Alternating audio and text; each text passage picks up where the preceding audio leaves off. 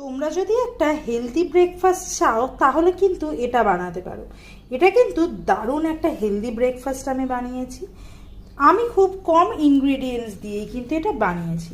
দেখে নাও, এর মধ্যে আমি কালকে রাতে দই, চিয়া সিড আর একটু ম্যাঙ্গোর পাল্প অ্যাড করে সেটা ফ্রিজে রেখে দিয়েছিলাম।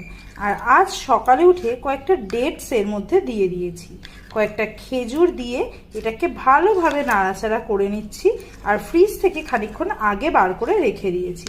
এরপর হালকা একটু নর্মাল হলে, খুব ঠান্ডা অবস্থায় খেলে গলার অবস্থা খারাপ হতে পারে, সেই জন্য হালকা একটু টেম্পারেচারটা নর্মাল হয়ে গেলে তখন কিন্তু এটা তোমরা খেতে পারো। এর সাথে তোমরা কাজু, আলমন্ড আরও অনেক কিছু দিতে পারো। তো আমাকে জানিও যে এই জিনিসটা তোমাদের কেমন লাগলো। চিয়া সিড কিন্তু শরীরের জন্য খুবই ভালো, আর দই আর চিয়া সিড দিয়ে মিলিয়ে যখন তোমরা খাবে তখন কিন্তু এটা আরও